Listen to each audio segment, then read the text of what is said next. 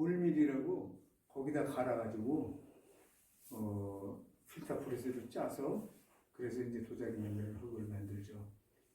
그런 제토 공정이 있고 그 제토 공정에서 만들어진 흙을 가져오다가 물을 이제 축여가지고 밟아서 옛날에는 막 밟아가지고 그 뭐라 그럴까 흙을 이긴다 그럴까 그걸 뭐 갠다 그럴까 흙을 많이 개요. 그렇게 하면은 이제 흙도 차져지고 또 흙 안에 있던 그 기포들도 이제 많이 빼고 그런 과정을 거쳐서 이제 물레에다 올려놓고 물레 성형을 하게 되죠. 이제 옛날에 전기가 들어오기 전에는 발물레를 했어요. 발로 차서 물레를 돌려가지고 성형을 하는 발물레를 했고 전기가 이제 들어오기 시작하니까 여기 이천에 전기 들어온 게 아마 75년? 72년. 72년? 그때 하여튼 70년대 초반에 전기가 들어왔어요. 그 전에는 처음에 제가 창업했을 때만 해도 발물레로다가 성형을 했던 걸로 기억이 되고 지금은 발물레 못 하시는 이유가 뭐 좀 그렇게 몸이 예, 요새 그 허리가 좀 안 좋아가지고 그래서 이제 발물레를 지향을 하고 전기물레를 이제 많이 쓰죠. 발물레는 사실 어떻게 보면 옛날의 그 전통을 잊어버리지 않고 계승 발전시키기 위해서 하는 거고 발물레보다는 이 전기물레로 하면은 편하고 또 더 좋은 작품을 만들 수도 있어요. 그렇게 해서 이제 물레를 하는데 물레는 어떻게 보면은 중심의 미학이야. 그 그림을 자주 보신 분들은 알겠지만 흙 한 덩어리를 물레에다 올려놓고 회전을 시키면서 그 회전하는 그 거기다가 그 흙을 그 중심을 잘 잡아놓고 구멍을 뚫러서 그 구멍을 넓히기도 하고 좁히기도 하고 하면서 어떤 자기가 원하는 형태를 만들어내는 그러한 과정을 우리는 성형이라고 해. 그래서 그렇게 성형을 해서 어떤 형태를 만들어 놓으면 그걸 이제 또 건조를 시켜야 돼요. 그래서 이제 보통 이제 그 옛날에는 아궁에다 불을 떼가지고 그 복로라고 그래가지고 거기서 말려가지고 했는데 지금은 뭐 전기 시설이 좋으니까 전기 그 장판 같은 데다가 말려가지고 하는데 이제 건조가 되면은 그거를 굽가리를 해요. 그걸 뭐 정형이라고도 해. 형태를 다듬는다 해서 정형이라고도 얘기하는데 옛날에 우리는 굽가리라고 해서 굽을 만들고 필요한 두께만큼만 남겨놓고 깎아내는 과정을 우리는 이제 그 굽가리 내지는 정형이라고 그러지. 그런 어떤 굽가리 과정을 거치고 나면 거기다가 이제 여러 가지 문양을 조각을 하게 되는데 그 조각에도 여러 가지 기법이 있어요. 내가 가장 많이 하는 투각 기법이 있고 또 고려시대에 아주 그 유명했던 상감 기법이 있고 또 음각 기법이 있고 양각 기법도 있고 또 회화 기법도 있고 또 덧칠해 가면서 하는 퇴화문 기법도 있고 뭐 하여튼 기법이 여러 가지가 있어요. 근데 그 기법을 여러 가지를 다 응용을 해서 아름다운 문양을 도자기에다가 조각도 하고 그리기도 하고 그러죠. 선생님 상감 성형할 때 네. 계속 이렇게 반복해서 이렇게 빚잖아요. 네. 그때 뭐 특별히 뭐 어떤 구상을 하시거나 아니면 생각을 그때는 뭐 다른 생각이 없어요. 일념으로 이 흙이 어떤 내가 지금 구상하고 있는 형태를 만들어내는 그런 생각밖에 없죠. 오로지 일념으로. 거기서 만약에 내가 잡념이 들면은 이게 두께가 일정하게 되지도 않고 잘못해서 흔들리면은 작품 만들기 어렵거든요. 그러니까 그 당시에는 물레를 할 때도 그렇고 조각을 할 때도 그렇고 불을 뗄 때도 마찬가지고 도자기 과정마다 정말 일념으로 해야 돼. 삼매에 들어야 돼. 거기에 푹 빠져서 거기서 같이 도자기하고 놀아야지 딴 생각을 하면 못해. 그러니까 이제 다른 걸 이렇게 쌓아가는 거야 모양을 잡아가면 되지만 한 번에 모양을 이렇게 이게 그냥 몸에서 그게 익어서 그러신지 한 번에 쭉 만드시는 게 응. 대단하신 것 같더라고요. 아니 대단할 건 없는데 물레를 하려면은 아까도 얘기했지만 중심을 잘 잡아서 중심의 미학이라고 우리 제 아내가 옛날에 그 숲길집에 그 도자기를 설명하면서 성형은 중심을 잘 잡아야 되기 때문에 중심의 미학이고 조각은 또 느림의 미학이라고 그랬어요. 왜냐하면 서두르게 막 빨리빨리 하다 보면 거칠어지니까 찬찬히 속도를 조절해가면서 천천히 섬세하게 정교하게 조각을 해야 된다 그래서 느림의 미학이라고 그랬어요. 그럼 이제 도자기 이거 하시면서 제일 그동안 고민이 어떤 게 있었어요? 뭐 하면서? 고민. 도자기 그동안 빚으시면서 만들면서 네, 예. 제일 고민이라는 게 뭐 이 아름다운 도자기로 만들어져 나와야 되는데 재벌구이까지 도자기가 처음 만들어서부터 그 구워져 나오는 과정까지 그 공정이 한 13의 공정을 거쳐야 돼. 그 13의 공정을 거치는 동안에 말하자면은 파손이라고 그래야 되나? 못 쓰게 되는 경우가 많습니다. 근데 말하자면은 장애물 경계하는 거하고 똑같아.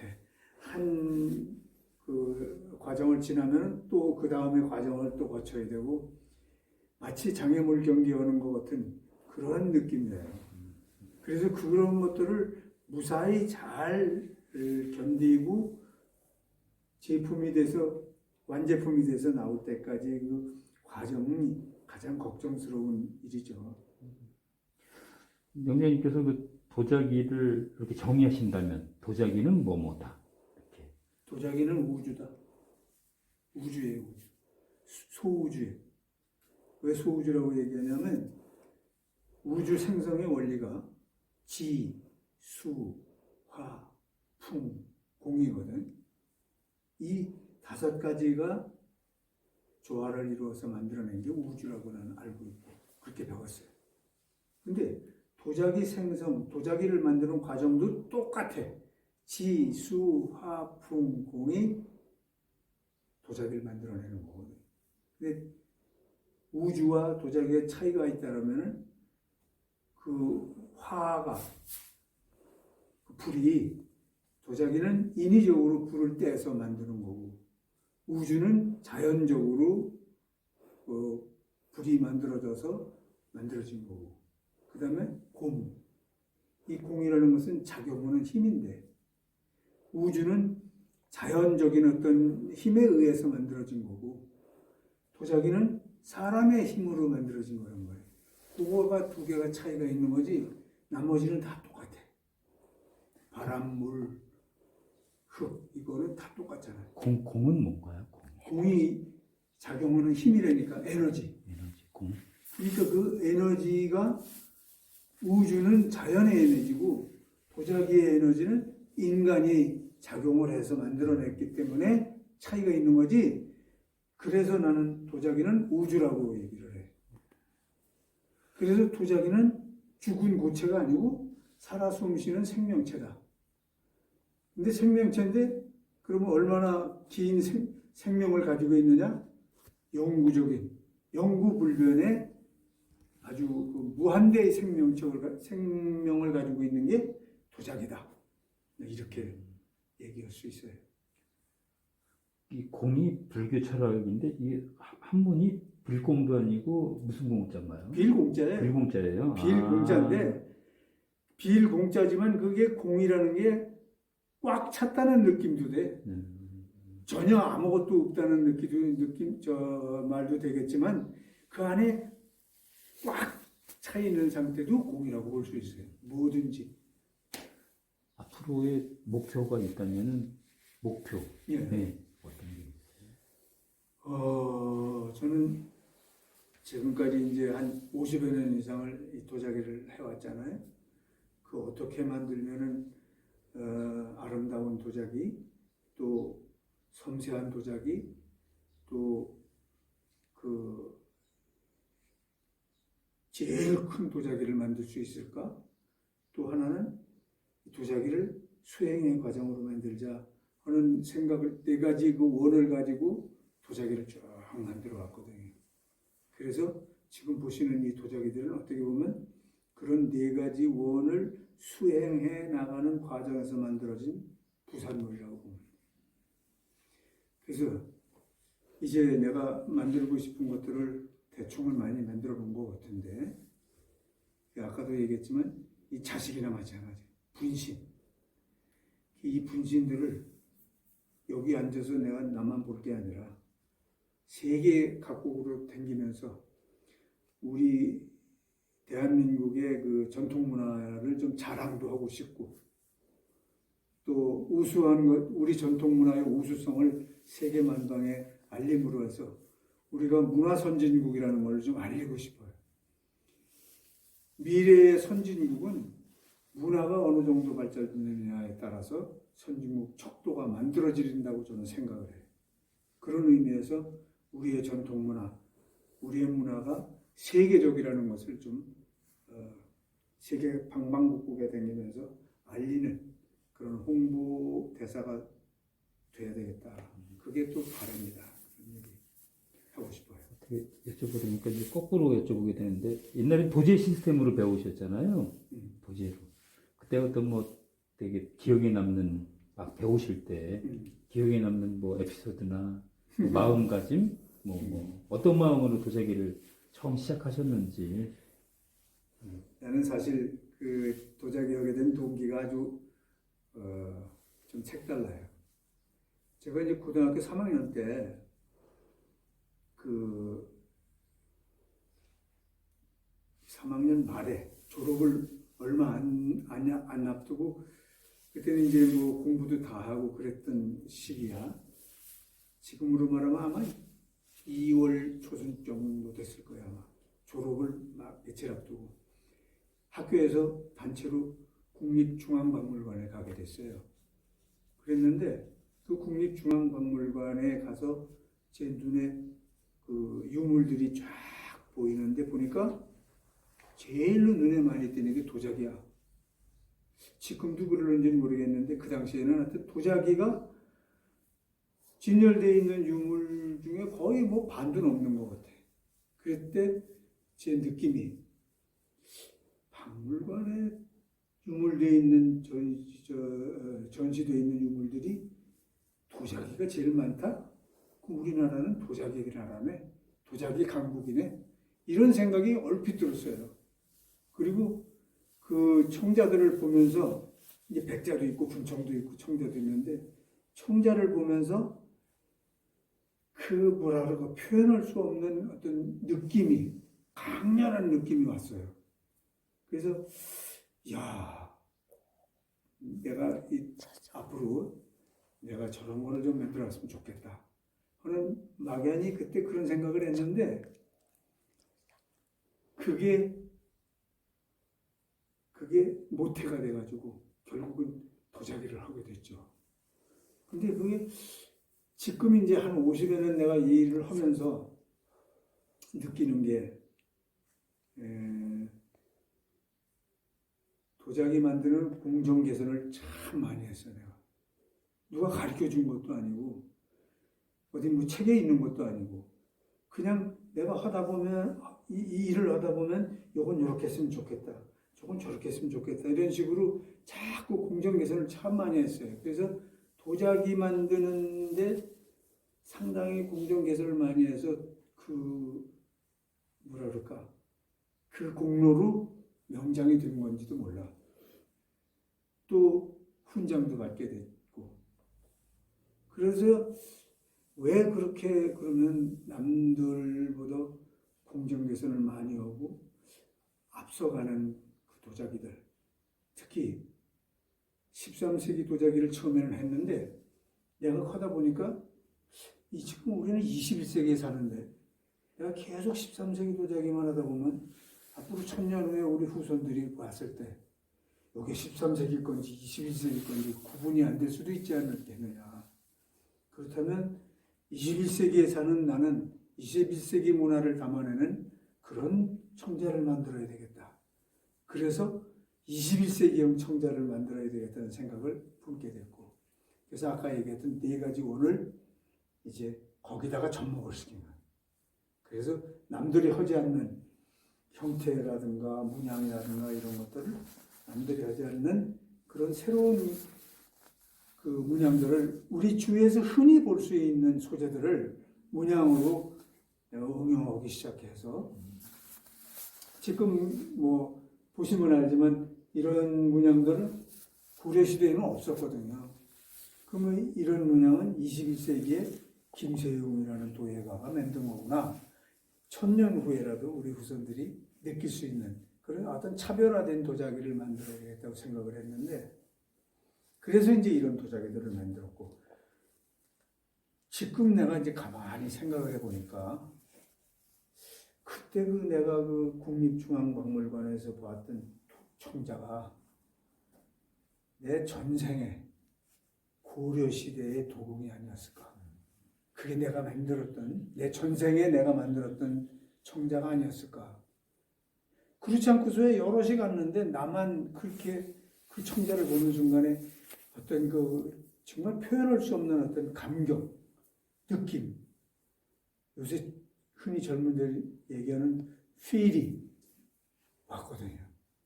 지금 생각해 보니까 내가 전생에 고려 도움이었던 것 같다. 그런 생각이 많이 들어요. 예, 예. 저희 시를 한번 이렇게 읽어 주시겠어요? 예.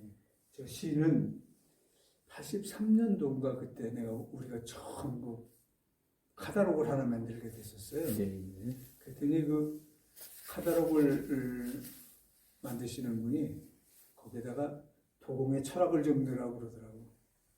그래서 흙이조화를 후렴으로 해서 흙이조화 흙을 찾았고, 흙이조화 흙을 만들어, 흙이조화 흙을 빚으며, 흙이조화 흙과 살다가 흙이조화 흙 속으로 가리라.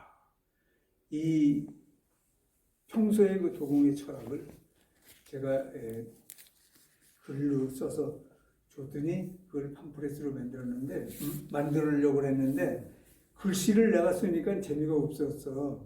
그랬더니 저 서예가 그 문동호 씨라는 옛날에 그 서예가가 한 분 계셨는데 그분이 저렇게 써주셨어요.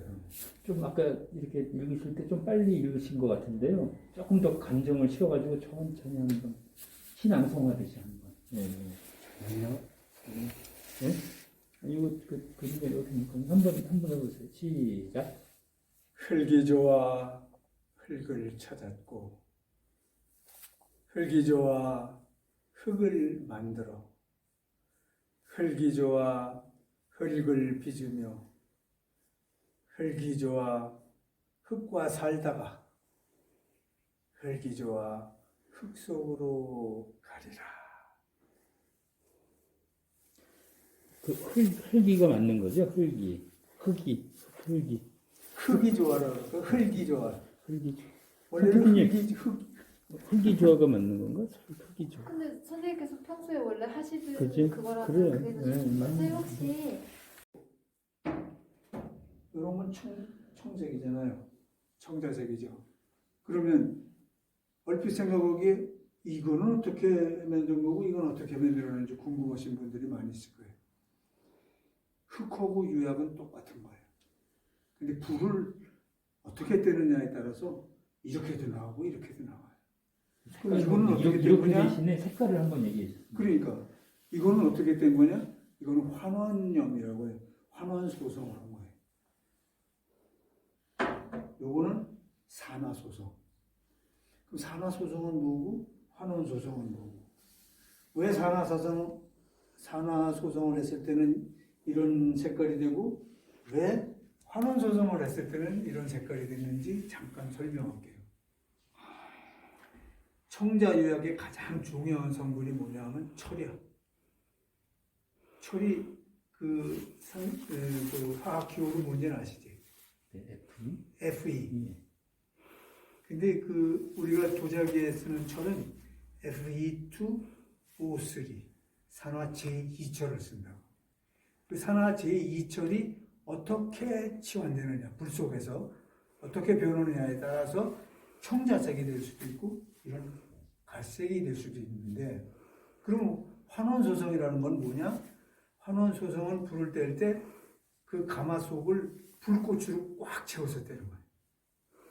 처음서부터 끝까지 꽉 채우는 게 아니고 그 유약이 용융점에 이르렀을 때 녹기 시작하기 직전서부터 끝날 때까지 우리가 환원소성을 하는데, 불꽃으로 꽉 채워서 떼면은 유약 속에 불꽃으로 꽉 채우면 어떻게 돼? 그 불꽃 속에는 산소가 부족할까요? 넉넉할까요?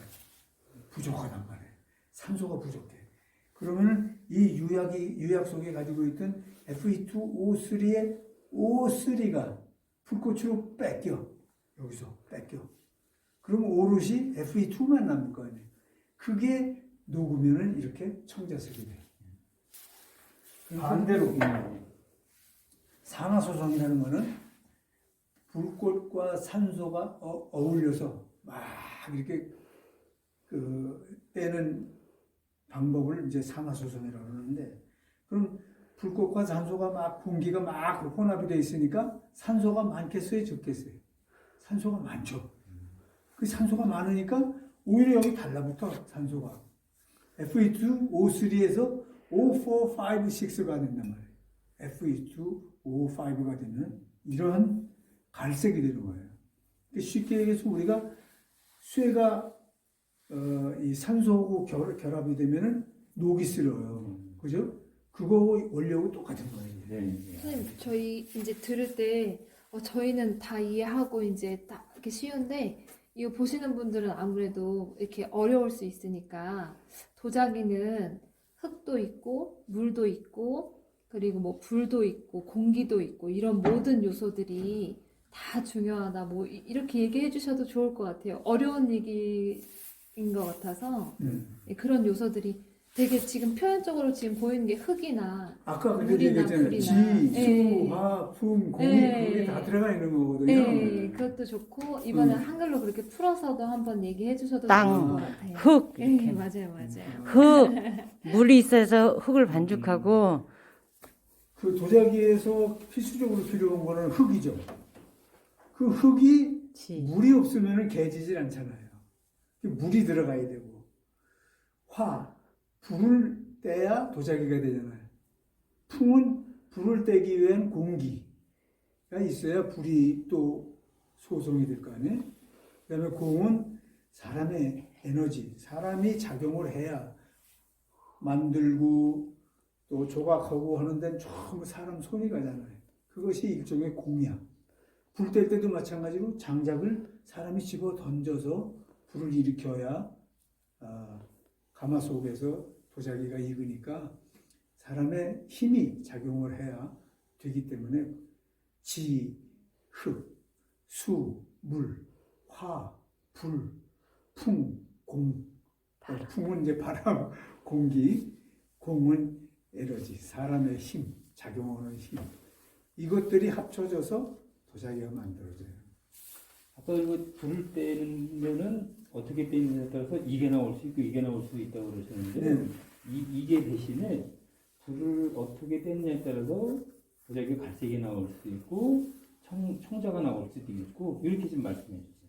그러니까 아까 얘기했던 대로 산화소성을 하게 되면 그냥 더 쉽게 불을 어떻게 떼느냐에 따라서 그리고 가마 속에 불을 뗄 때 가마 안에 공기를 많이 넣어가면서 불을 떼면 산화소성이 돼서 색깔이 이렇게 갈색이 되고, 왜냐하면 이 유약에 산소가 더 달라붙어서 이 쇠붙이에 녹슬는 원료하고 똑같이 여기가 색깔이 이렇게 바랜 거예요.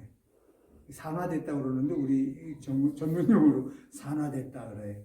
그러면 이런 색깔이 되고, 그 가마속을 불꽃으로만 꽉 채워서 떼면은 그걸 이제 황원소성이라고 그러는데, 그렇게 불을 떼면 이 유약 속에 가지고 있던 산소를 전부 불꽃으로 뺏기게 되니까 그래서 이런 아름다운 청자색이 만들어지게 됩니다. 그거를 저희는 더 줄여가지고 쉽게 말해 열자로 말씀하신다면은 불을 어떻게 하냐에 따라서 갈색이 나올 수도 있고 청색이 나올 수도 있고 그렇습니다라고 짧게만 말씀 부탁드립니다. 그러니까 불을 떼는데 불을 떼는 데는 세 가지 방법이 있어요. 청자색이 되고 공기하고 불꽃하고 같이 섞어서 떼면 이런 갈색 산화 도자기가 만들어집니다.